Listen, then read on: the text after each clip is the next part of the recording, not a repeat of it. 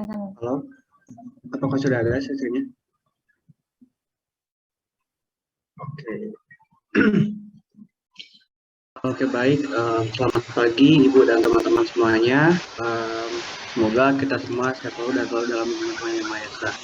Baik, di pagi hari ini, perkenalkan saya Hendra Wijaya. Ya, di sini kami di episode 10 akan mencoba untuk sharing-sharing sama teman-teman mengenai manajemen sumber daya manusia dalam bisnis internasional. Sebelumnya kita perkenalan dulu dengan Recording in progress. Dengan kelompok kami pertama ada Fitri Aulia dengan SMK 119, Biar Tinggi dengan SMK 125 dan Sajin Wijaya dengan SMK 138. Mungkin kita akan mulai diskusi pada pagi hari ini yang akan dimulai oleh Tevfik. Silakan Tevfik. Manajemen sumber daya manusia.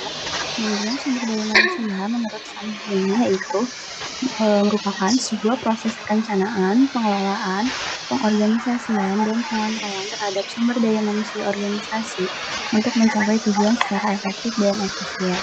Sumber daya manusia ini juga memiliki peranan penting dalam keberjalanan dan pencapaian tujuan dari organisasi atau perusahaan. Karena manajemen sumber daya manusia ini mengacu kepada segala aktivitas yang diselenggarakan oleh organisasi atau perusahaan dalam memanfaatkan sumber daya manusianya dengan efektif dan efisien.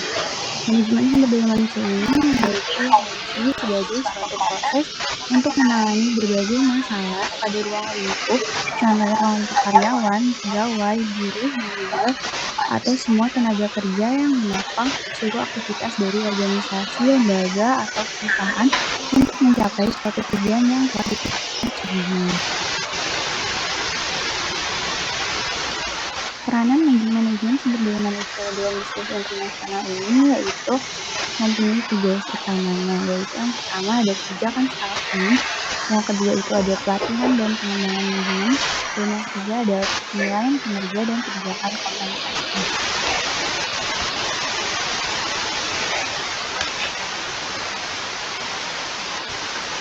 Selanjutnya ada kebijakan staffing.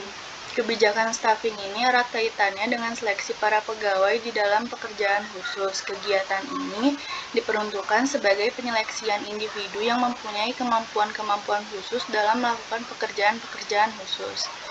Nah, di sini terdapat 3 jenis kebijakan staffing dalam bisnis internasional.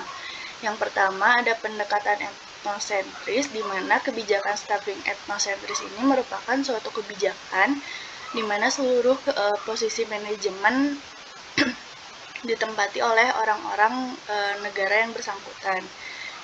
Yang kedua ada pendekatan polisentris, di mana kebijakan staffing polisentris membutuhkan perekrutan orang-orang pribumi untuk menangani perusahaan cabang. Yang terakhir ada pendekatan geosentris, di mana kebijakan geosentris ini adalah mencari orang-orang terbaik untuk berbagai pekerjaan utama di seluruh perusahaan. Kebijakan ini juga akan memungkinkan perusahaan untuk menciptakan kader-kader eksekutif bertaraf internasional yang mampu ditempatkan dimanapun. Selanjutnya ada permasalahan ekspatriat. Ekspatriat adalah orang yang menetap atau tinggal sementara di negara luar. Dalam hal ini artinya ekspatriat adalah tenaga kerja asing. Permasalahan dalam ekspatriat ini seringkali muncul dalam kebijakan staffing dalam bisnis internasional, diantaranya yaitu yang pertama ketidakmampuan untuk menangani tanggung jawab yang lebih besar, di mana seperti seorang ekspatriat yang menjadi top manajemen dan memimpin suatu perusahaan, namun ekspatriat tersebut tidak dapat bertanggung jawab atas pekerjaannya. Yang kedua, ada permasalahan keluarga, di mana ketika seorang ekspatriat bertugas ke luar negara, maka biasanya akan muncul permasalahan-permasalahan di keluarganya, sehingga mengakibatkan kepada kinerja ekspatriat tersebut. Yang ketiga, kesulitan beradaptasi dalam lingkungan yang baru, seperti seorang ekspatriat yang sulit beradaptasi karena lingkungan dan budaya di negara tersebut berbeda dengan budaya dan lingkungan negara asalnya. Yang terakhir, kurangnya kemampuan teknis, yaitu seorang ekspatriat yang kurang mampu dalam kemampuan teknisnya. Hal ini dapat terjadi karena memang tidak adanya latihan khusus atau memang ekspatriat tersebut tidak memahami pelatihan yang telah dilakukan.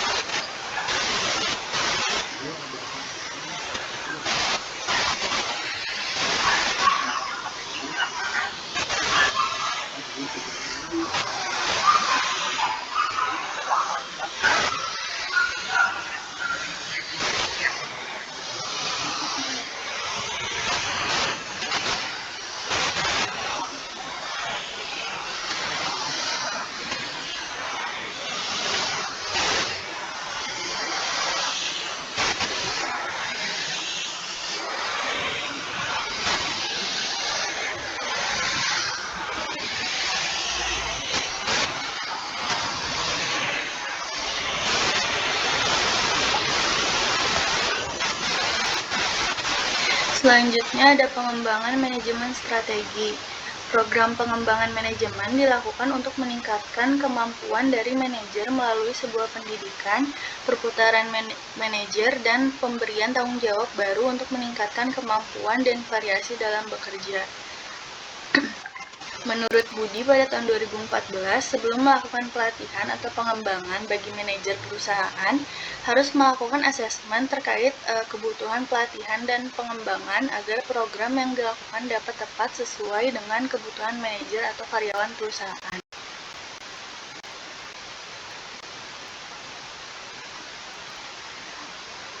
Selanjutnya ada penilaian kinerja.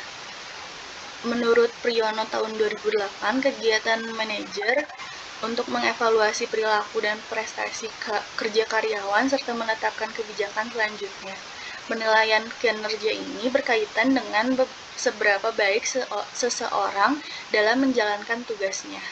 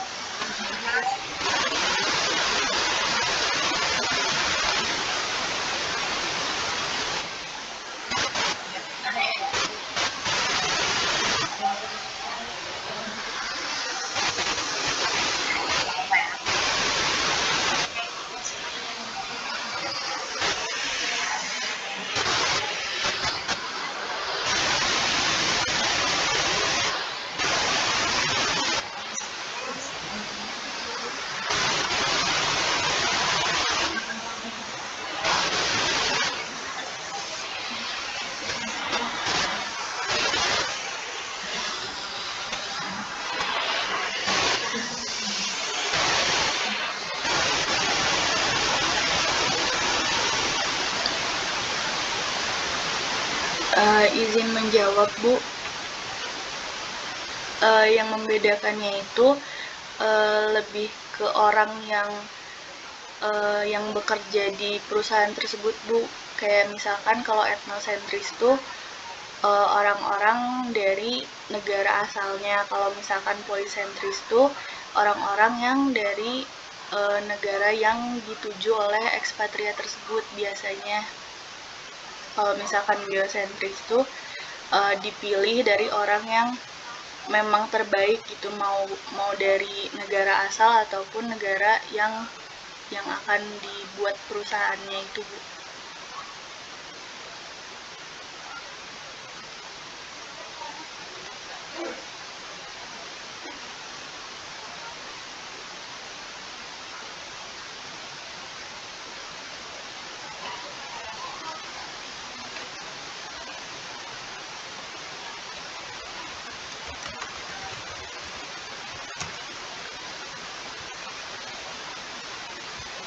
Ibu punten masih di mute.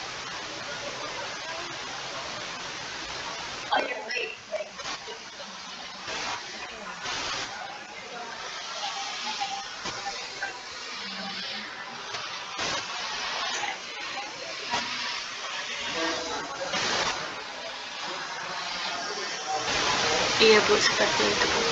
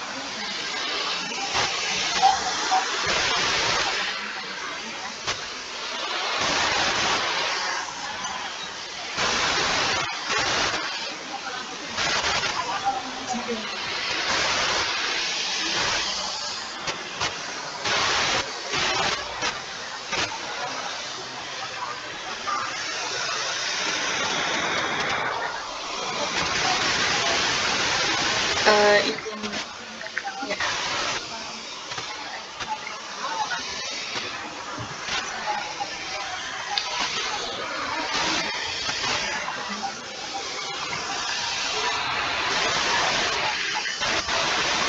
Sama izin menambahkan, kalau ekspatriat tuh biasanya emang ditunjuk langsung dari perusahaannya gitu, nggak secara individu. Kalau individu kan ya individu gitu, kalau misalnya perusahaan tuh biasanya emang ditugasin dari perusahaannya buat kerja di luar negara.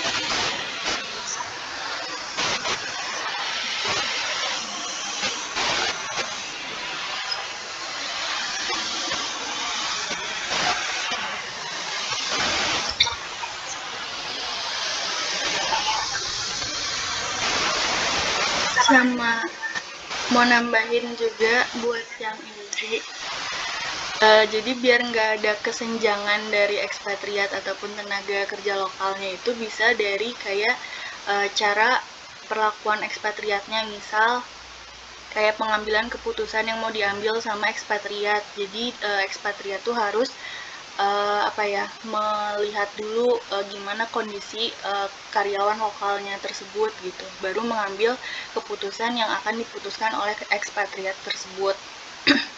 Terus kayak pemberdayaan kepada karyawan lokal, misalnya dikasih tanggung jawab gitu ke karyawan lokalnya, misalkan untuk pokoknya dalam suatu pekerjaan tuh dikasih tanggung jawab kepada karyawan lokalnya gitu, karena kan biasanya ekspatriat tuh sebagai top manajemen gitu, jadi biar kayak ada rasa saling percaya dan karyawan lokalnya pun ada rasa tanggung jawabnya gitu. Terus yang terakhir mungkin komunikasi antara ekspatriat dan karyawan lokal gitu lebih diimbangin lagi, karena kan budaya mereka dan budaya karyawan lokal beda gitu, jadi lebih menyesuaikan diri gitu sih.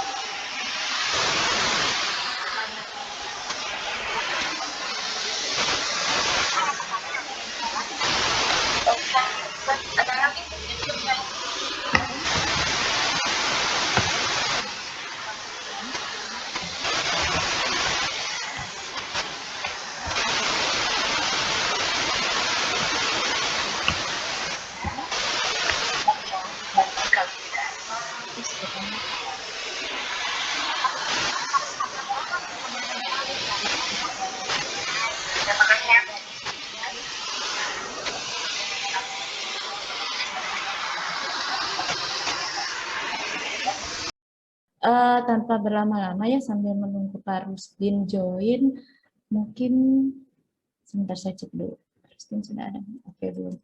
Baik, mungkin saya akan sedikit memberikan ulasannya terkait dengan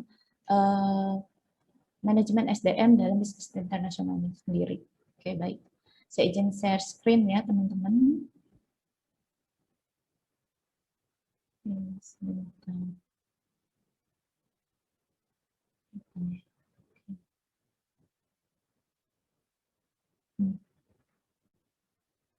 Bentar, bentar.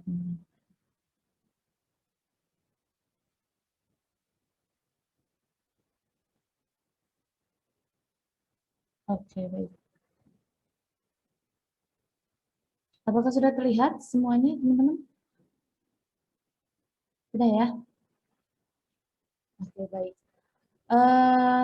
Mungkin kita mulai saja ya. Assalamualaikum warahmatullahi wabarakatuh. Di sini saya akan menjelaskan terkait dengan materi manajemen sumber daya manusia dalam bisnis internasional.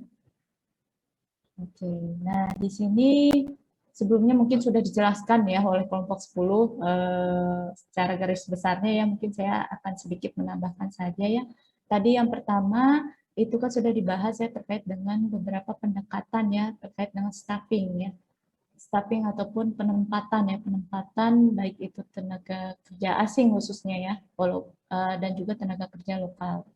Lalu juga di sini akan dibahas terkait dengan alasan nih menggunakan bisnis internasional ini dalam SDM. Lalu juga di sini akan dijelaskan terkait dengan kategori-kategori internasional secara personil. Lalu di sini juga akan menjelaskan terkait dengan bagaimana host country itu berfungsi dalam manajemen SDM di bisnis internasional. Dan yang terakhir itu akan dijelaskan terkait dengan langkah-langkah ya, langkah-langkah dalam menentukan strategi, terutama dalam segi SDM di bisnis internasional itu sendiri. Oke, jadi teman-teman di sini mungkin sudah dibahas ya sebelumnya oleh kelompok 10. Di sini saya akan membahas terkait dengan regional sentris ya, sorry. Di sini regional sentris. Nah, tadi kan sudah dibahas ya, ada etnosentris, polisentris, ada geosentris, gitu kan, oleh kelompok 10. Nah, di sini saya hanya menambahkan dari sisi regional sentris saja. Jadi, regional sentris itu sendiri, dari kalimatnya saja, itu sudah merupakan sebuah daerah ya.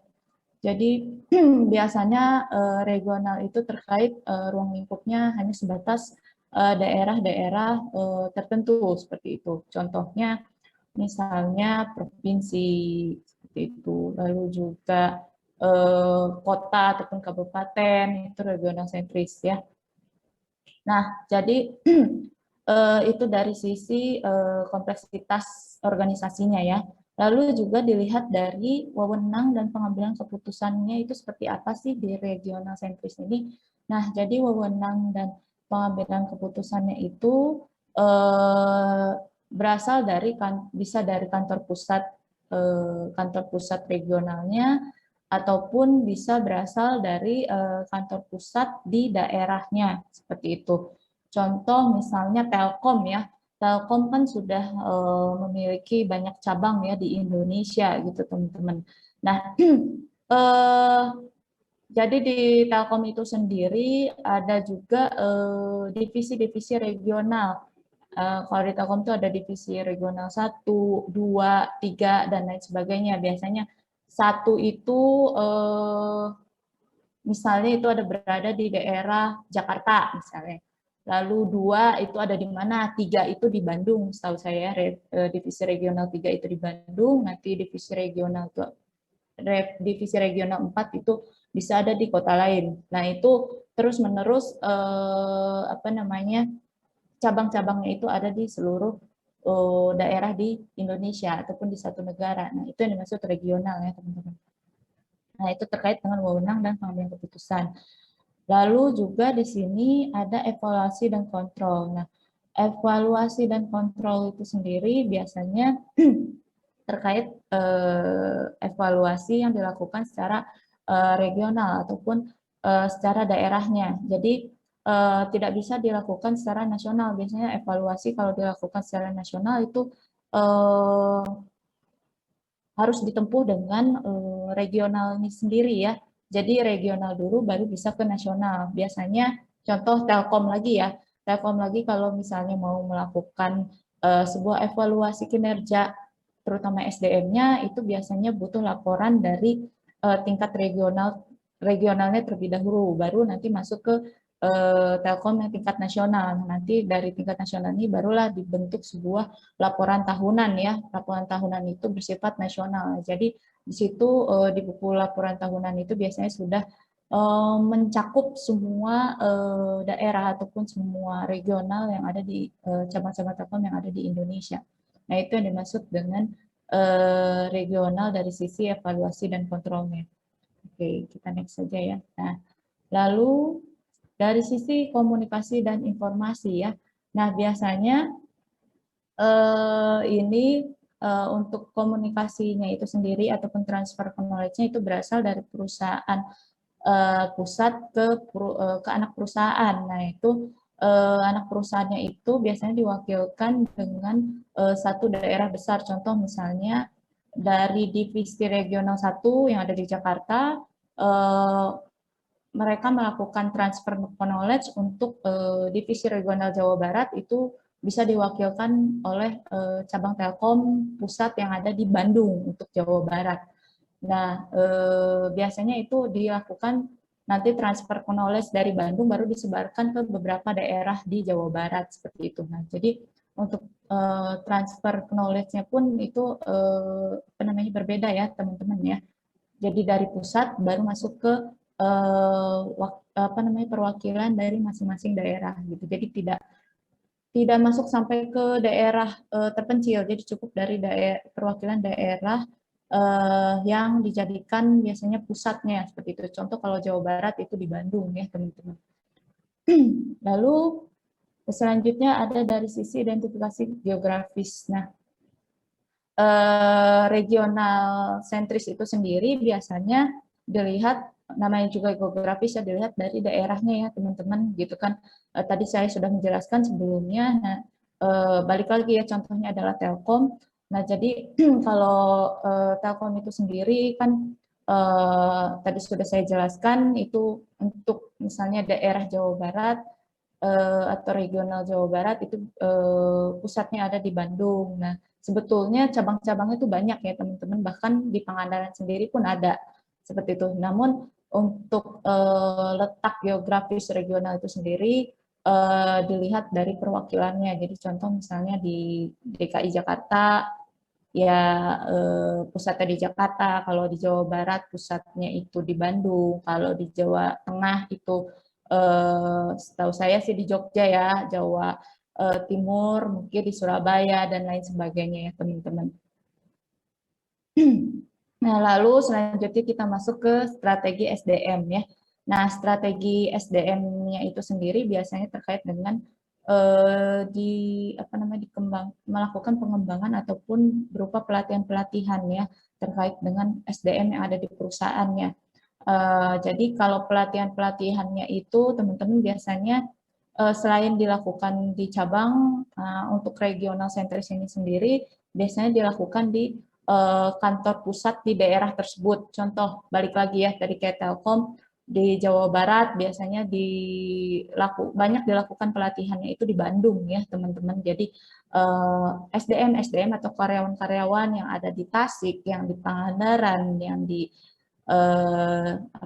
Ciamis itu biasanya mereka ikut pelatihan yang ada di Bandung seperti itu karena terkait dengan regional sentris itu sendiri ya. Jadi regional sentris itu kan merupakan daerah yang dijadikan titik pusat dari perusahaan tersebut. Nah, jadi yang ada di contohnya yang Telkom tadi ya yang ada di Tasik, Ciamis, Pangandaran itu semua biasanya melakukan strategi pengembangan SDM-nya itu di Bandung. Jadi ini ya yang membedakan tadi regional sentris dengan geosentris. Nah, kalau geosentris itu tadi kan sudah dijelaskan oleh kelompok 10, geosentris itu ya secara global ya teman-teman. Jadi si perusahaannya itu ada di beberapa negara gitu. Jadi kalaupun misalnya dilakukan pengembangan SDM-nya biasanya itu bisa di beberapa negara. Misalnya untuk Honda karyawan SDM Honda misalnya yang berada di top manajemen dilakukan pelatihan bisa saja tidak hanya di Indonesia gitu kan tapi bisa di Jepang ataupun bisa di Jerman dan lain sebagainya, seperti itu ya teman-teman. Tergantung apa namanya anak perusahaan yang dari perusahaan tersebut. Jadi anak perusahaannya ada di negara mana, nah biasanya di sana dilakukan pelatihan. Itu untuk geosentris, beda ya dengan regional sentris ya. Tadi mungkin sudah cukup jelas ya teman-teman perbedaan antara regional sentris dengan geosentris. Oke, kita next saja. Nah, ini alasan kenapa membutuhkan strategi SDM dan bisnis internasional. Nah, itu yang pertama terkait dengan kebutuhan dari SDM itu sendiri di perusahaan. Nah, contoh kasusnya tadi dengan ekspatriat ya, ataupun tenaga kerja asing tadi ya, yang sudah dijelaskan oleh kelompok 10. Nah, jadi bisa saja ya, memang perusahaan-perusahaan perusahaan-perusahaan yang memang sudah internasional maupun multinasional membutuhkan tenaga kerja asing gitu teman-teman. Nah itu pasti ada di perusahaan-perusahaan multinasional ataupun perusahaan internasional tersebut. Karena apa? Karena yang memang untuk menyesuaikan baik dari skillnya gitu. Jadi jangan sampai tiap cabang khususnya di beberapa negara mereka skillnya berbeda-beda, jangan. Jadi disamakan gitu kan untuk skillnya. Nah maka dari itu butuhlah tenaga kerja asing yang memang biasanya ditugaskan dari pusat gitu untuk melatih SDM yang ada di yang ada di cabang perusahaan di beberapa negara tersebut ya. Nah ini terlihat dari kebutuhan ya, untuk memenuhi kebutuhan. Nah lalu yang kedua ini tadi sudah dijawab ya oleh kelompok 10 ya, dari Hendra ya tadi sudah dijawab. Kenapa sih membutuhkan ekspatriat ya di perusahaan-perusahaan multinasional ataupun perusahaan internasional itu sendiri. Nah itu terkait dengan transfer knowledge ya, sharing dan transfer knowledge. Nah, ini tadi sudah dijelaskan ya teman-teman. Jadi transfer knowledge itu sangat penting gitu. Jadi jangan sampai yaitu tadi tiap kemampuan SDM itu memiliki knowledge yang berbeda-beda gitu, nanti akan membuat bisnis dari perusahaan tersebut pun menjadi tidak balance ya, ataupun tidak sama gitu kualitasnya, terutama gitu, nanti kualitas yang dihasilkan bisa jadi berbeda-beda. Nah makanya perlu dibentuklah sharing dan transfer knowledge yang sama, bisa dari tenaga kerja asing tersebut ya, yang memang biasanya di pusat yang ditugaskan dari kantor pusatnya, seperti itu. Oke, lalu selanjutnya, nah di sini dijelaskan lebih rinci ya teman-teman. Tadi sudah dijelaskan ya sama saya untuk memenuhi kebutuhan personilnya. Nah di sini ditambahkan ya, biasanya memang diperlukan kebutuhan personil. Misal di suatu daerah ya, khususnya kita ambil contohnya jangan di Indonesia deh, di mana ya, Afrika. Nah di Afrika itu sendiri kan seperti kita ketahui ya, memang dari sisi pendidikan masih cukup rendah ya teman-teman di sana gitu kan, terkait dengan budayanya masih kental sekali ya di Afrika gitu kan. Jadi kalau mau memasukkan sebuah edukasi itu cukup sulit di sana, makanya di sana masih banyak kekurangan insinyur biasanya di Afrika itu sendiri. Nah, itu biasanya perusahaan-perusahaan yang memiliki cabang di Afrika itu menyalurkan tenaga kerja asing gitu kan untuk ditempatkan di Afrika karena memang di sana tingkat pendidikannya pun masih rendah. Nah, ini bisa menjadi salah satu fenomena ya untuk di SDM dan bisnis internasional itu sendiri. Nah, selain kekurangan insinyur, itu juga bisa jadi kekurangan teknisi yang memang sudah expert ya, ataupun yang sudah berpengalaman. Maksudnya senior di sini sudah berpengalaman ya teman-teman gitu. Selain itu juga butuh manajer yang sudah terlatih. Nah, biasanya beberapa SDM ini sendiri kebutuhan-kebutuhan personil ini biasanya ditarik dari kantor pusat untuk ditempatkan di cabang di beberapa negara tersebut ya, untuk mereka menyalurkan ilmunya ataupun mentransfer ilmunya kepada SDM yang lain ya, yang memang kemampuannya perlu di-upgrade seperti itu. Ini terkait dengan memenuhi kebutuhan, lalu selanjutnya tadi ya sudah dengan mentransfer knowledge ataupun pengetahuan. Nah, knowledge-nya apa saja sih? Gitu kan.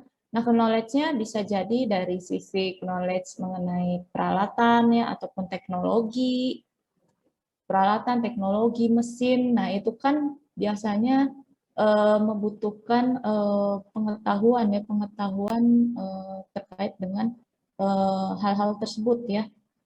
Jadi misalnya contoh untuk manufaktur Honda ya, tiba-tiba datang nih barang mesin ya, mesin dari Jepang gitu kan. Ya kalau tidak ada SDM yang mengerti bahasa Jepang dan juga mengerti mesin tersebut ya sulit ya untuk mengoperasikan si mesin tersebut. Nah, jadi berbutuh sharing knowledge ya terkait dengan salah satunya mengenai peralatan. Nah, selain itu juga perlu sharing knowledge mengenai budaya organisasi. Nah, budaya organisasi itu seperti apa? Budaya organisasi itu bisa dari 5S ya. Seiko, Seiton, saya lupa lah pokoknya ada 5S dan juga budaya Kaizen ya teman-teman gitu kan. Dan juga budaya-budaya lainnya. Itu cukup banyak sekali ya budaya-budaya organisasi ya dalam beberapa perusahaan seperti itu. Nah, itu juga perlu dilakukan transfer knowledge. Kenapa? Karena kalau tidak dilakukan transfer knowledge, nanti budaya yang dibentuk dari tiap-tiap perusahaan yang ada itu akan berbeda, gitu teman-teman. Nah, kalau berbeda itu nanti akan menimbulkan kinerjanya pun berbeda seperti itu ya. Jadi ini penting ya teman-teman. Nah, selain budaya juga ada proses kerja dan juga yang terakhir ada terkait dengan transfer knowledge, kompetensi ya, kompetensi ataupun skill-skill ya dari SDM tersebut ya.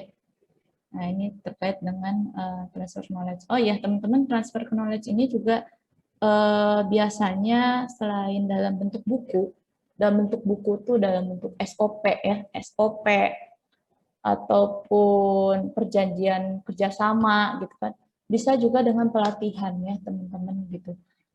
Pelatihan baik itu training ataupun orientasi gitu kan, ataupun misalnya pelatihan-pelatihan lain ya yang terkait dengan kompetensi tadi.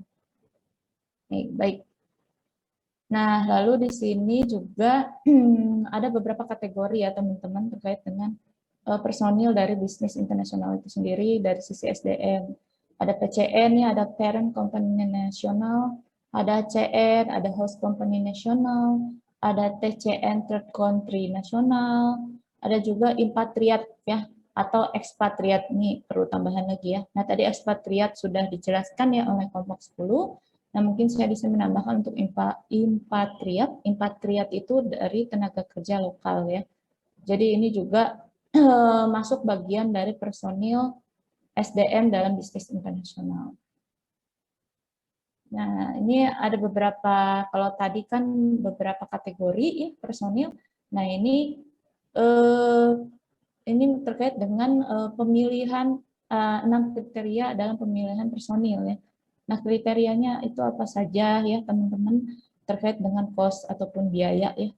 Jadi dalam memenuhi kebutuhan SDM ataupun dalam memilih SDM yang baik ataupun yang expert itu harus diperhatikan juga cost-nya ya teman-teman.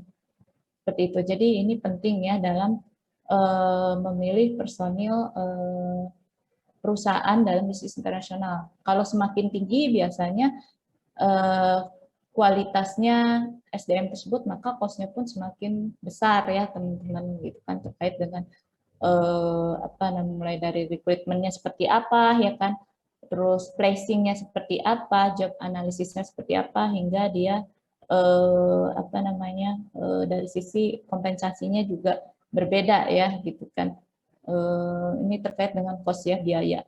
Lalu yang kedua juga terkait dengan knowledge dari personilnya itu sendiri. Nah, knowledge-nya itu terkait dengan bagaimana pengalaman ya, biasanya pengalaman yang dimiliki oleh si personil itu sendiri. Nah, pengalamannya apa? Bisa dari sisi dia memiliki pengetahuan terkait produk, terkait dengan memang budaya organisasinya, terkait SDM tersebut baik atau tidak, dan lain sebagainya. Nah, lalu yang ketiga adalah terkait dengan kultural ya, proximity ya, atau terkait dengan budaya ya teman-teman gitu kan. Nah, jangan sampai kita memilih personil yang kulturalnya kultural yang tidak baik ya. Contoh tidak baik kayak budaya timur dengan budaya barat itu berbeda ya teman-teman. Kalau budaya timur biasanya ya seperti kita ketahui umumnya itu jarang ibaratnya party-party ya. Party beda, partinya budaya timur dengan budaya barat beda ya teman-teman gitu. Nah, jadi ini budaya kultural juga sangat mempengaruhi ya dalam memilih personel itu sendiri. Nah, lalu yang keempat, knowledge ataupun pengetahuan dari lingkungan lokalnya. Jadi kalau teman-teman punya perusahaan nih terus ingin memilih personelnya untuk ditempatkan di cabang luar negeri misalnya, nah itu harus diperhatikan juga ya pengetahuan terkait dengan lingkungan pengetahuan terkait dengan lingkungan lokalnya seperti itu. Apakah lingkungan lokal apa namanya knowledge terkait dengan lingkungan lokalnya ini sudah sesuai belum atau kira-kira bisa nggak nanti untuk ditempatkan di sana seperti itu. Jangan sampai apa namanya kebiasaan ataupun lingkungan lokal yang dia miliki itu bentrok gitu untuk nanti ditempatkan di cabang perusahaan yang dituju seperti itu ya, jangan sampai seperti itu. Nah, itu yang keempat. Lalu yang kelima adalah terkait dengan attitude ya. Ini juga penting ya teman-teman, terkait dengan tata krama ya. Jadi tata krama ini juga penting ya. Jadi tata krama di Jepang misalnya dengan Indonesia itu berbeda ya. Kalau di Jepang itu betul-betul dituntut sekali untuk dari sisi berbahasa, bahkan dari sisi untuk memberikan gift ataupun hadiah juga berbeda ya dengan di Indonesia gitu untuk di Jepang. Nah, itu terkait dengan attitude ya. Lalu juga yang terakhir ada promotability ya. Jadi terkait dengan promosi juga ini bisa ya teman-teman gitu, promosi dari SDM lokal yang memang dia kinerjanya bagus bisa ditempatkan untuk di cabang luar negeri yang lain seperti itu ya. Oke, baik. Ini terkait dengan kriteria-kriteria dalam memilih personil. Nah, lalu di sini juga terkait dengan apa namanya tenaga kerja asing ya untuk menetap di perusahaan tersebut. Nah, itu ada empat jenis ya teman-teman. Yang pertama terkait dengan long term assignment atau penugasan jangka panjang ya, atau ekspatriat yang memang ditugaskan untuk menetap biasanya seperti itu. Jadi ini terkait dengan memang dia diberikan tanggung jawab atau wewenang untuk mewakili perusahaan pusatnya ya dari negara lain. Contoh misalnya ada direktur di Honda ya di Indonesia, bisa saja dia merupakan ekspatriat dari Jepang ya teman-teman. Jadi memang dia sudah ditugaskan untuk menetap di Indonesia dan mengawasi kinerja perusahaan Honda yang ada di Indonesia dari Jepang seperti itu. Oke. Lalu yang kedua adalah short term. Nah, short term itu jangka pendek ya. Nah, jadi dia biasanya tenaga kerja asing ini hanya temporary ya. Temporary itu bisa jadi dia cuma 6 bulan, bisa jadi dia cuma 1 tahun, maksimal setahu saya ya kalau dalam imigran itu maksimal 2 tahun ya.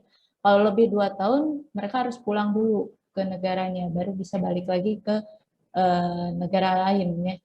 Nah, jadi short term ini temporary ya teman-teman gitu kan, tergantung visa, tujuan visanya ataupun tergantung dari apa namanya tugas yang diberikan oleh perusahaan tersebut ya terkait dengan short term itu sendiri. Nah, lalu yang ketiga adalah manajer global. Jadi manajer yang megang manajer yang megang memang semua unit cabang di negara-negara lain ya. Jadi dia si manajer ini memegang secara global ya untuk perusahaan tersebut ataupun memegang banyak perusahaan di beberapa negara. Nah, lalu juga yang keempat terakhir adalah manajer junior internasional. Jadi maksudnya di sini adalah manajer junior internasional ini lebih mirip ya dengan direktur ya, posisi direktur eksekutif mungkin ya di perusahaan tersebut ya. Jadi dia memegang seluruh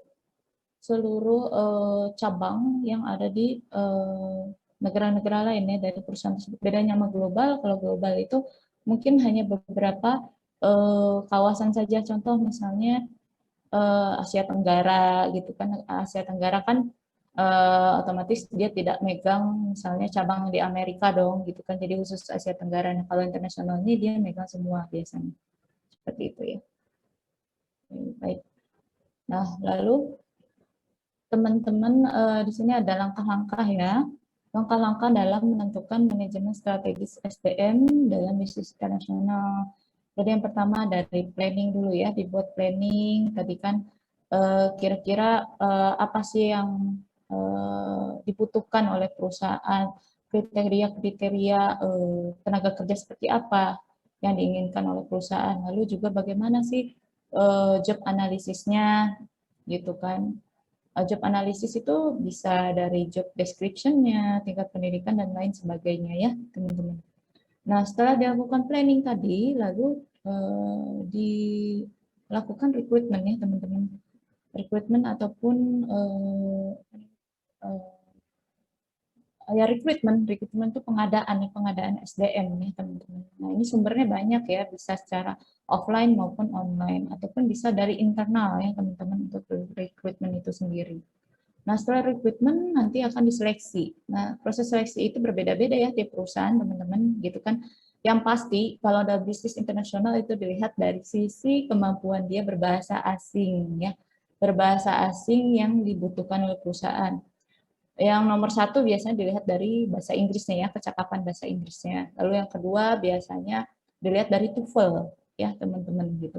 TOEFL-nya apakah memenuhi atau tidak gitu. Jadi tidak hanya comparison saja, tapi dilihat dari TOEFL-nya juga. Nah, selain itu juga ada beberapa perusahaan yang membutuhkan tenaga kerja yang ahli dalam bahasa Mandarin biasanya ya.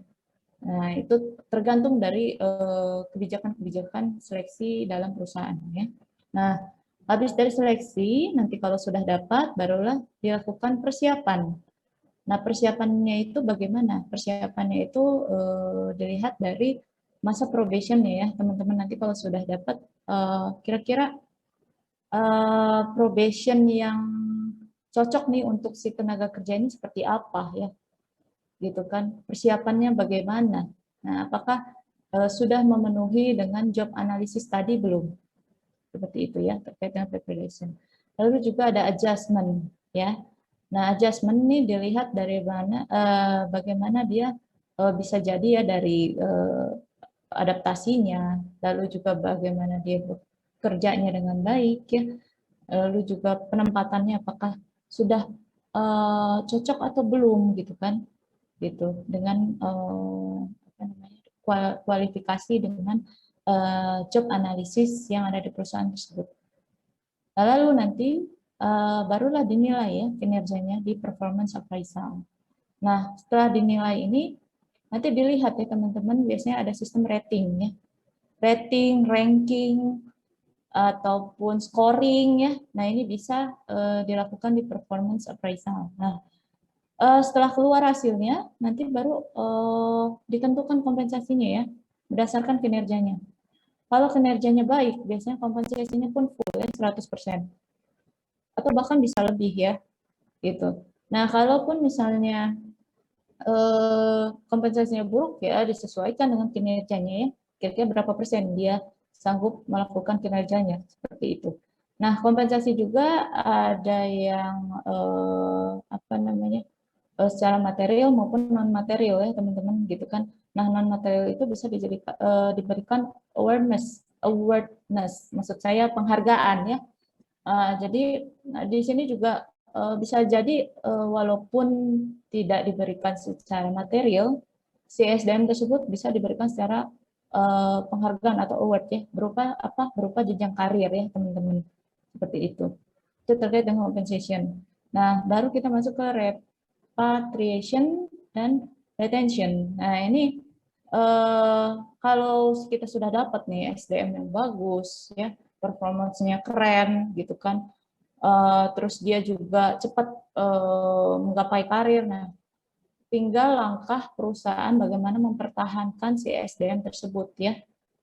Kenapa? Karena sayang kalau dia sampai keluar ya. Sayang sekali kalau dia sampai keluar dari perusahaan. Kenapa? Karena dia sudah sangat berpengaruh bagi perusahaan, apalagi dalam bisnis internasional ya. Wah, itu betul-betul dijaga sekali SDM yang bertalenta seperti ini ya. Gitu, teman-teman. Jadi ini merupakan langkah-langkah ya, langkah-langkah dalam manajemen strategis SDM di bisnis internasional. Nah, lalu di sini juga dijelaskan lebih detail ya terkait tadi ya, yang langkah awal ada perencanaan ya, teman-teman. Nah, di sini terkait dengan goals atau purpose-nya, tujuannya mau apa sih gitu. Terus ada job description, job specification, dan responsibility. Nah, biasanya nih job description, specification, dan responsibility ini masuk bagian dari job analysis ya teman-teman. Seperti itu. Nah, bedanya apa dengan tenaga kerja asing? Bedanya adalah di sini biasanya job description-nya dia memikul beban ataupun wewenang yang cukup besar ya.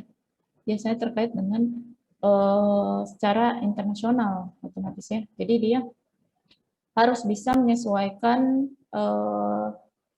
khususnya ya, harus bisa menyesuaikan lingkungan yang ada di perusahaan tersebut dengan lingkungan yang ada di perusahaan pusat seperti itu.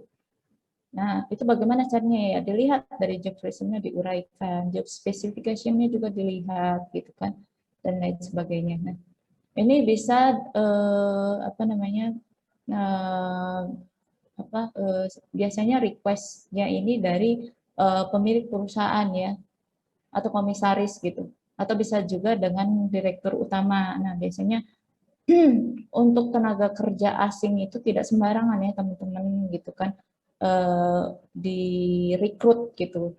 Jadi biasanya itu ada request khusus ya, request khusus dari komisaris, misalnya di specification-nya dia minta bisa lulusan S1 ataupun bisa saja lulusan D3 tapi dengan kualifikasi dia sudah berpengalaman ekspor beberapa tahun, ataupun bisa jadi dari internal itu sendiri ya. Ada internal yang memang kinerjanya bagus, request lah si ownership ini untuk dipindahkan ke luar negeri ya, perusahaan cabang ada di luar negeri. Itu bisa jadi ya. Itu tergantung bagaimana kebijakan dari pemilik ataupun direktur di perusahaan tersebut ya, terkait dengan perencanaan SDM ini sendiri. Setelah perencanaan kan tadi prosesnya kita masuk yang kedua yaitu rekrutmen ya, tadi sudah saya jelaskan ya teman-teman, yaitu tentang pengadaan. Nah, itu bisa offline maupun online ya untuk rekrutmennya ini sendiri ataupun secara internal. Nah, ini metode rekrutmen ya. Ada recruitment source atau sumber rekrutmen. Nah, sumber rekrutmen itu bisa online. Online itu bisa dari website perusahaan ataupun offline. Offline itu bisa dari job fair ya, dan lain sebagainya ya, teman-teman. Nah, atau juga bisa sumbernya dari internal untuk recruitment source ini. Nah, lalu yang kedua ada recruitment methods. Methods-nya itu sendiri itu tadi. Metodenya itu bagaimana?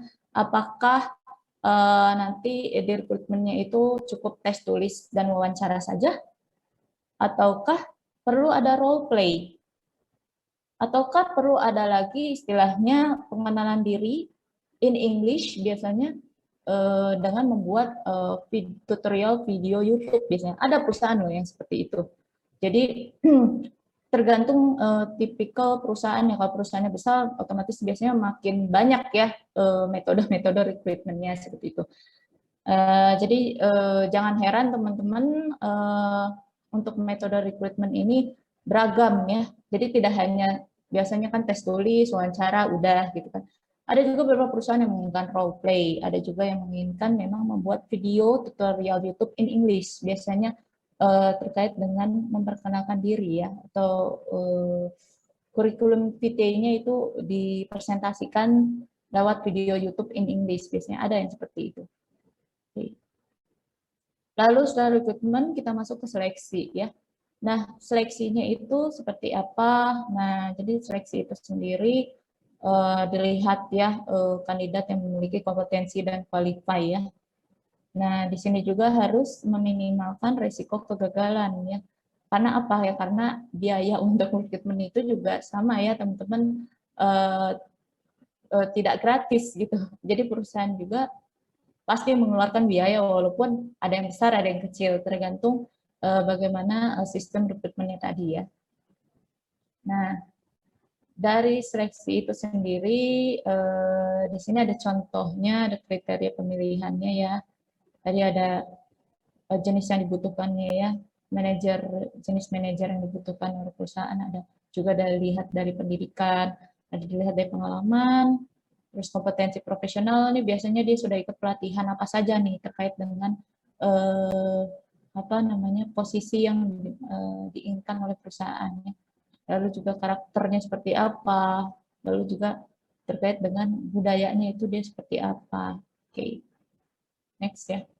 Nah ini itu tadi ya terkait dengan bagaimana proses ya mendapatkan strategi SDM ya untuk bisnis internasional ya.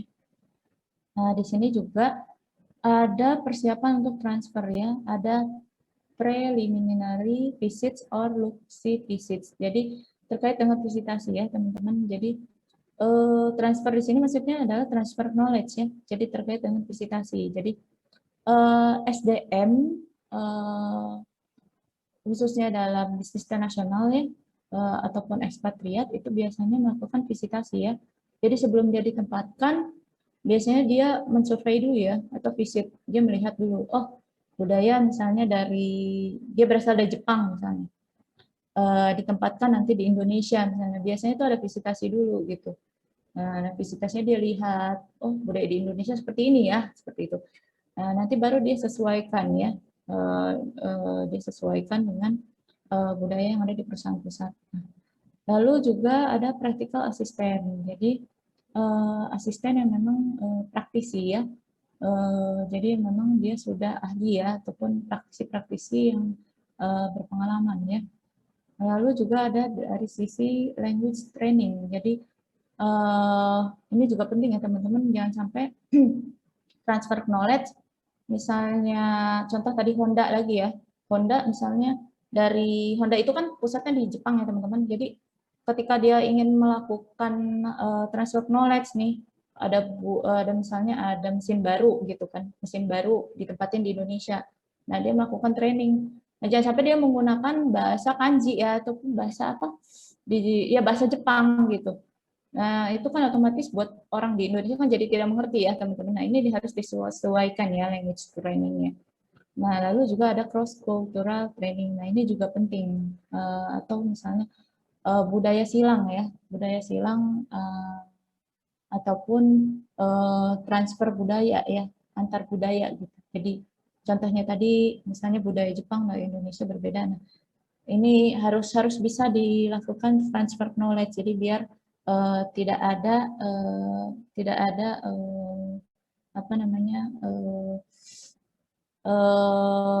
kesalahan dalam melakukan kinerjanya nanti ya, karena budaya itu sendiri kan sangat berpengaruh ya teman-teman terhadap kinerja SDM-nya, khususnya di bisnis internasional ini sendiri. Oke, nah ini ada pelatihannya ya, nanti dapat dibaca sendiri. Nah, lalu kita masuk ke kompensasi ya. Nah, ini kompensasi tadi mungkin sudah dijelaskan oleh kelompok 10, ini mungkin tambahnya saja ya. Nah, ini tambahannya saja, ini ada metode dalam menentukan basic salary ya, atau gaji dasar. Nah, itu dilihat dari narasi keuangan, dilihat dari pendekatan tuan rumahnya, lalu juga pendekatan profesional dan lain sebagainya. Nah, ini juga ada terkait pajak juga, manfaat dan tunjangannya. Ini nanti hanya sekedar tambahan ya dari kelompok 10. Oke, nah ini maksudnya evaluasi ya teman-teman, proses evaluasi yang efektif. Nah, ini juga ada yang pertama dari repatriation activities, ada preparation, ada adjustment. Nah, ini nanti dapat dibaca ya teman-teman ya di rumah. Maka kalau orang bertanyakan silakan. Oke, baik. Oke, mungkin itu saja penjelasan dari saya terkait dengan manajemen sumber daya manusia dalam bisnis internasional. Oke, sampai sini ada yang ingin bertanya? Silahkan. Atau sebentar, mungkin saya cek dulu ya. Harustin apakah sudah hadir? Ya, belum ya beliau. Oke, teman-teman, ada yang ingin bertanya tidak terkait dengan SDM ini sendiri? Enggak? Ada? Ibu mau bertanya. Oke, silakan Dominika. Enggak? Terkait yang kriteria untuk pemilihan karyawan tadi yang ada cost, lalu knowledge, dan juga yang lainnya agak lupa Bu. Nah itu kalau perusahaan itu yang skala multinasional itu biasanya apa ya, memiliki kecenderungan yang seperti apa ya Bu? Mungkin kayak mengutamakan gajinya yang cost-nya itu rendah, atau mungkin yang knowledge-nya itu ilmunya tuh atau dari segi skill juga lebih unggul, atau mungkin yang ini Bu, yang terutama memiliki attitude seperti itu sih Bu. Oke, baik sebentar ya. Saya cari dulu ini mana ya. Oke, sebentar. Oh, ini. Oke, baik. Oke, yang ini ya, Dominika ya. Ini betul ya? Oke. Jadi untuk dari sisi ekspatriat ya, tenaga kerja asing ya. Iya Ibu. Nah, jadi lebih penting sebetulnya sih kalau untuk ekspatriat itu sendiri tergantung perusahaannya ya, gitu, Dominika. Jadi kalau misalnya perusahaannya memang sudah besar ya, ini tidak masalah biasanya di cost. Pasti fokusnya di knowledge-nya dia, gitu. Knowledge-nya yang dilihat ya, nomor satu seperti itu. Tapi kalau perusahaannya, kalau tadi skalanya multinasional ya, tadi ya, Dominika. Kalau multinasional biasanya sih knowledge-nya ya, setahu saya ya. Jadi cost itu tidak begitu tidak begitu dipermasalahkan gitu. Cuman kenapa ini tetap ada di posisi pertama karena memang ya namanya perusahaan ya ataupun bisnis ya, istilah bisnis, betul, istilah bisnis kan pasti terkait dengan finance ya, untung rugi, betul. Jadi kalau namanya bisnis gitu, apalagi ini dalam bisnis internasional, ini juga diperhatikan ya, karena apa? Walaupun dia knowledge-nya penting, tapi untuk operasional operasional si tenaga kerja asing ini juga harus dilihat juga ya, ini cukup mahal loh. Jadi kayak misalnya kita nyewa nggak nyewa, apa sih bahasanya, mengambil SDM ya dari Jepang, misalnya untuk Honda di Indonesia, itu harus diperhatikan juga ya, dibuat visanya, ya kan, visa dia selama tadi kan ada short term, ada long term ya. Kalau dia short term misalnya maksimal 2 tahun, itu kita yang nanggung, betul ya. Lalu yang kedua juga dilihat dari nanti dia tinggal di Indonesia, masa kita nggak ngasih tempat tinggal, betul?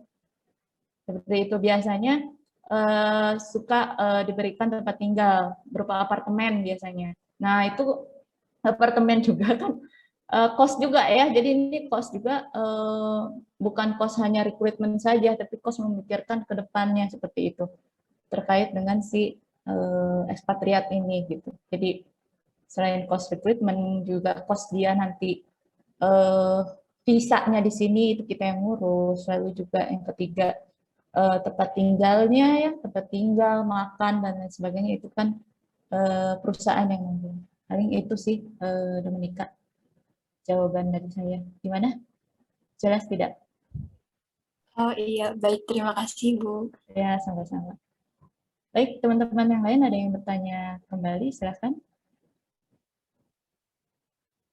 Tidak ada? Terus saya ingin sedikit bercerita saja ya.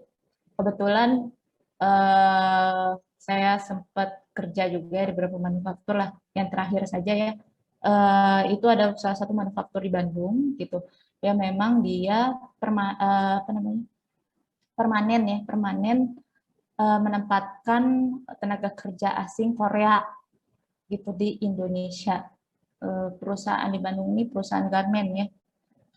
Jadi dia bukannya rasis ya, bukan diberikan apa namanya perbedaan gitu dengan tenaga kerja lokal, bukan. Jadi karena memang dia ternyata expert, sebelumnya dia kerja di salah satu perusahaan desainer terkenal di Korea gitu, dan ketika dia sudah masuk pensiun nih, kebetulan tenaga kerja asingnya ini sudah tua gitu teman-teman gitu, umurnya sudah di atas 50 tahun, ditariklah dia oleh perusahaan di Indonesia seperti itu, dan dia menetap sampai sekarang di Indonesia gitu. Nah, terus saya tanya-tanya, ternyata mahal juga ya untuk biaya personalnya dia saja gitu. Padahal di perusahaan ini itu ada 4 tenaga kerja asing gitu yang dipekerjakan. Dan memang biasanya posisinya posisi top manajemen semua gitu teman-teman. Nah, jadi ya cost itu sendiri penting, tetap nomor satu. Namanya juga bisnis ya teman-teman, ini juga pastikan bisnis terkait untung rugi ya. Untung rugi itu kan dilihat dari cost-nya, walaupun knowledge dia sudah luar biasa gitu kan, tetap saja ini sangat diperhatikan cost-nya itu tadi ya. Jangan sampai nanti knowledge-nya bagus, si perusahaannya nggak sanggup ke depannya untuk mempertahankan beliau gitu, ataupun si SDM ini gitu kan. Jangan sampai seperti itu. Oke, paling itu saja ya teman-teman. Oke, ada lagi yang ingin bertanya terakhir, silakan. Ibu, saya mau bertanya, Bu. Silakan. Dalam proses rekrutmen di seperti perusahaan internasional multinasional gitu, Bu, terkadang kan masih banyak ya, Bu, yang masih inian dengan politik-politik kayak orang dalam gitu ya, Bu. Nah, kan perusahaan-perusahaan itu kan pasti kan dia berdiri di Indonesia itu juga udah ada kerja sama dengan pemerintah ya, Bu. Tapi kan seperti yang Ibu bilang tuh, Bu, tadi malah kayak yang di bagian atasnya itu dari orang Korea dan lain-lain. Itu sebenarnya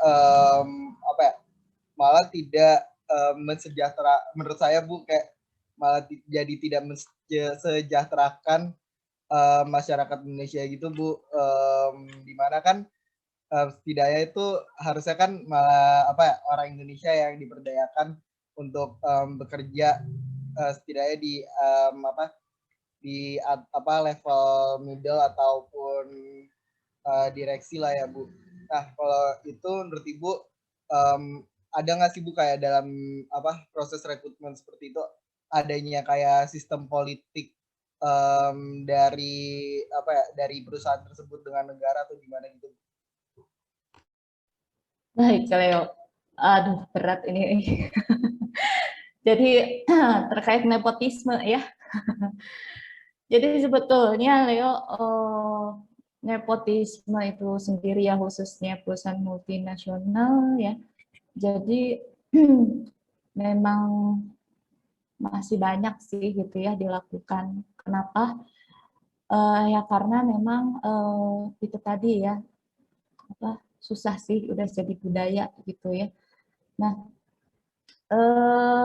sebetulnya nepotisme itu bisa tidak merugikan sih gitu kan, cuman yang memang paling kasihan tenaga kerja lokalnya ya, tenaga kerja lokalnya malah jadi tidak sejahtera seperti itu. Padahal bisa saja ya tenaga kerja lokal itu ada yang memiliki talent bagus gitu kan, cuman kenapa susah gitu untuk sampai top manajemen. Nah itu tadi ya, kalau yang namanya sudah berbau politik itu kan terkait dengan kekuasaan, betul? kekuasaan bukan hanya dari finance ya, tapi dari sisi ya kekuasaan, dia punya wewenang yang besar gitu kan. Jadi kalau finance itu bukan masalah ya, kalau udah bahas ranahnya politik ya gitu. Biasanya itu terkait dengan ya itu tadi budaya ya, budaya. Nah, kalaupun misalnya ada perusahaan multinasional seperti itu, apa namanya ya, susah sih untuk digebrak ya, kecuali memang adanya kolusi. Jadi bukan hanya nepotisme aja ya. Jadi teman-teman beda ya, nepotisme dan kolusi. Mirip tapi berbeda. Nah, kalau kolusi dia merugikan, seperti itu. Tapi sama-sama by orang dalam misalnya. Jadi misal si pemilik perusahaannya itu orang Jepang ya, perusahaan multinasional ini. Terus otomatis top manajemennya pun saudaranya misalnya, ataupun adik kandungnya gitu kan. Boleh saja gitu, sah-sah saja, asalkan dia tidak merugikan. Tidak merugikan dalam artian dia tidak korupsi. Dia tidak ibaratnya membuat perusahaan itu bangkrut. Nah, itu baru itu bisa dilakukan apa namanya? Ada dalam istilah hubungan industrial tuh perselisihan tripartit dan tripartit setahu saya ya. Jadi kalau misalnya ada kesenjangan seperti itu bisa dilaporkan di pengadilan hubungan industrial seperti itu. Kalau di negara ya, kita bahas di negara dulu sebelum masuk nanti ke apa namanya ke internasional seperti itu. Jadi sah-sah saja sih sebetulnya asal dia tidak melakukan kolusi, itu aja. Tidak melakukan istilahnya kerusakan lah, ataupun merugikan si perusahaan, seperti itu sih. Gitu Leo, gimana? Sudah terjawab? Terima kasih Bu. Ya, sama-sama. Baik. Gimana, ada lagi teman-teman yang lain pertanyaan?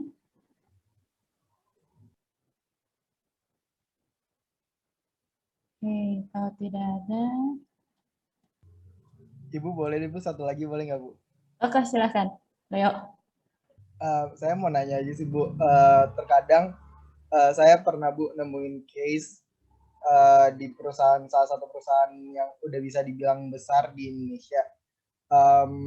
Sebenarnya menjambung pertanyaan Domi sih Bu tentang cost itu Bu, untuk rekrutmen. Apa benar Bu kadang kayak ada dilihat dari seperti tingkat pendidikan gitu Bu, kayak misal pendidikan di dalam negeri kayak universitas negeri di Indonesia sama universitas di luar itu karyawannya itu bakal bisa kayak dapat gaji itu beda gitu Bu, karena saya pernah nemuin case kayak gitu sih Bu, dari universitas yang ada di Indonesia dengan universitas di luar negeri gitu Bu, padahal jabatannya sama-sama kayak sebagai staff, tapi dia itu gajinya tuh berbeda Bu dalam satu divisi Bu. Itu gimana Bu? Oke, baik. Terkait ini ya, sama ya, adanya rasisme ya. Oke, menyambung dari pertanyaan Dominika ya terkait cost tadi ya. Oke, jadi kalau misalnya ada ada tenaga kerja yang lulusannya dari luar negeri begitu ya, Leo ya, lulusannya dari luar negeri, kok beda gitu dengan gaji yang tenaga kerja yang lulusan misalnya dalam negeri gitu kan, itu yang ya betul ya, jadi memang itu tadi ya, balik lagi ke budaya seperti itu. Jadi memang untuk menangani hal-hal seperti ini gitu kan cukup sulit gitu karena itu udah menjadi budaya. Tapi bisa jadi memang kenapa lulusan luar negeri itu lebih dihargai dibandingkan lulusan dalam negeri, karena memang kompetensinya juga setahu saya berbeda ya. Jadi khususnya misal ini mohon koreksi ya teman-teman ya, kalau ada tanggapan silakan. Setahu saya itu dalam sisi administrasi bisnis aja ya. Misalnya lulusan di Indonesia dengan di luar itu berbeda. Kalau di luar itu mereka sudah diberikan project, benar-benar project. Jadi mereka hanya kuliah, setahu saya 2 tahun doang, ya. Jadi 2 tahunnya lagi, 2 tahun bahkan 1 tahun, itu mereka disuruh membuat project, dan projectnya itu harus real. Itu jadi tidak hanya project-projectan seperti itu. Jadi projectnya harus sustain gitu. Dan itu nanti yang akan menjadi penelitian mereka. Nah, itu yang di luar negeri seperti itu. Jadi memang antara teori dan praktek itu balance gitu. Jadi itu yang membedakan kompetensi luar dengan di Indonesia. Makanya untuk apa namanya, untuk salary-nya itu berbeda gitu, karena mereka yang di luar karena sudah praktek gitu kan, sudah praktek, otomatis pun pengalaman mereka sudah jauh lebih tajam kan ke depan gitu. Jadi ketika ada case di perusahaan, mereka sudah tahu kira-kira solutionnya apa gitu. Nah, kalau bedanya di Indonesia, apa namanya, masih banyak teori. Ketika pas praktek bingung, betul. Bahkan kalaupun misalnya disuruh buat project, ya udah project sekali nggak lanjut gitu. Tapi kalau di luar negeri itu betul-betul diperhatikan gitu. Jadi kuliah hanya 2 tahun, 1 tahun, ada yang 1 tahun, ada yang 2 tahun, mereka apa namanya, diberikan project. Jadi mereka nggak kuliah lagi. Jadi diserahkan semua ke si mahasiswa tersebut. Setahu saya ya kayak gitu ya. Karena teman saya juga ada yang kuliah di luar seperti itu gitu. Ya mungkin dari sisi kompetensinya ya gitu. Paling Leo. Oke, baik Bu. Terima kasih Ya, Bu. sama-sama. Oke, silahkan ada lagi yang ingin bertanya atau sudah cukup? Ibu nyambung pertanyaan Leo juga. Oke, mangga silahkan. Mau tanya Bu, sebenarnya kalau di realita ya Bu, kalau di perusahaan itu tuh antar karyawan itu terbuka nggak sih Bu tentang gaji? Kan pasti ada sistem penggajiannya gitu ya Bu masing-masing. Nah, kalau dari case-nya Leo tadi kan kayak mungkin membandingkan ya Bu dari lulusan luar negeri sama universitas ternama kayak gitu. Nah, apa kayak memang terbuka gitu Bu dari perusahaannya, setiap karyawan tuh gajinya segini-segini, jadi dari karyawan tuh kayak komparasi gitu Bu, kok dia bisa sih kayak gini gajinya lebih tinggi padahal dia juga cuma staff gitu Bu, atau emang apa ya sudah masuknya tuh pribadi gitu Bu? Oke, baik. Sebetulnya kalau gaji itu privacy ya Dominika gitu. Cuman maksudnya tadi contoh yang dari Leo itu dilihat dari biasanya itu berpengaruh dalam pengembangan karirnya. Jadi misalnya nih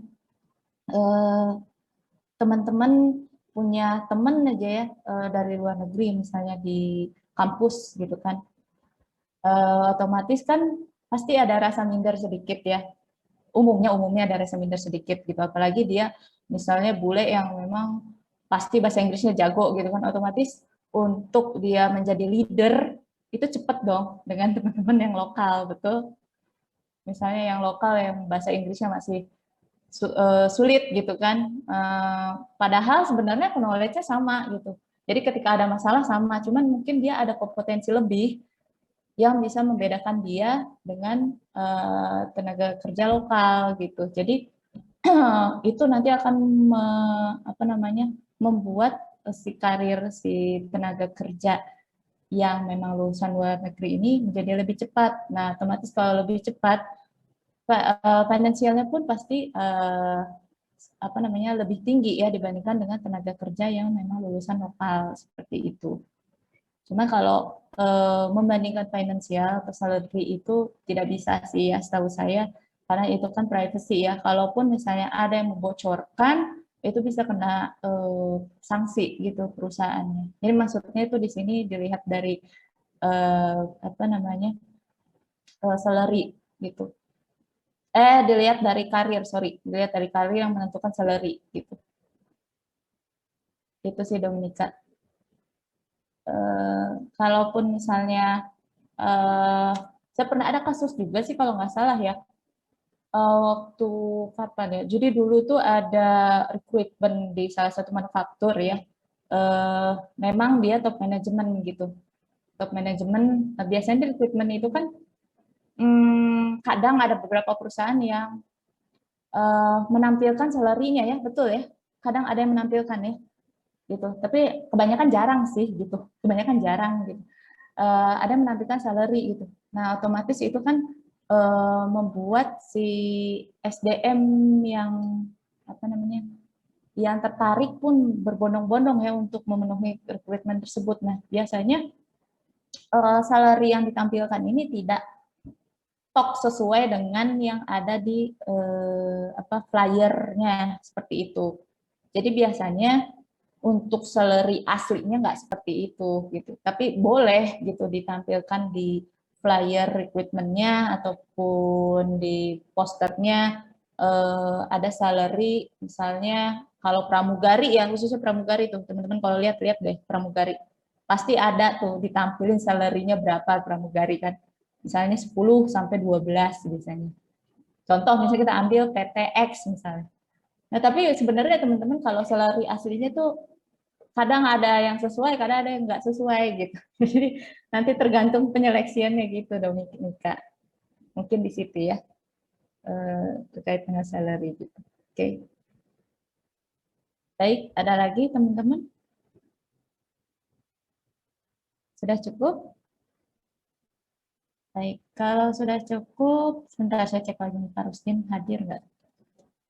Sepertinya beliau sibuk. Baik, mungkin cukup sekian ya untuk pertemuan hari ini. Mangga ini nanti saya akan buatkan absen, boleh absen siap masing-masing. Absensi saya buka sekitar 15 menit ya, sampai 11.35, mangga boleh untuk melakukan absensi. Untuk minggu depan silahkan kelompok terakhir, itu kelompok 11 untuk melakukan presentasi. Dan juga tugas teman-teman ini sedang saya koreksi ya. Nanti akan saya kasih tahu lebih lanjut terkait dengan tugas yang individu itu ya, yang bikin artikel itu masih sedang proses penilaian. Oke teman-teman, mungkin itu saja untuk minggu ini. Wassalamualaikum warahmatullahi wabarakatuh. Selamat siang semua, jangan lupa absensi. Oke, hatur nuhun. Terima Terima kasih, kasih. terima kasih. Oke, Ibu.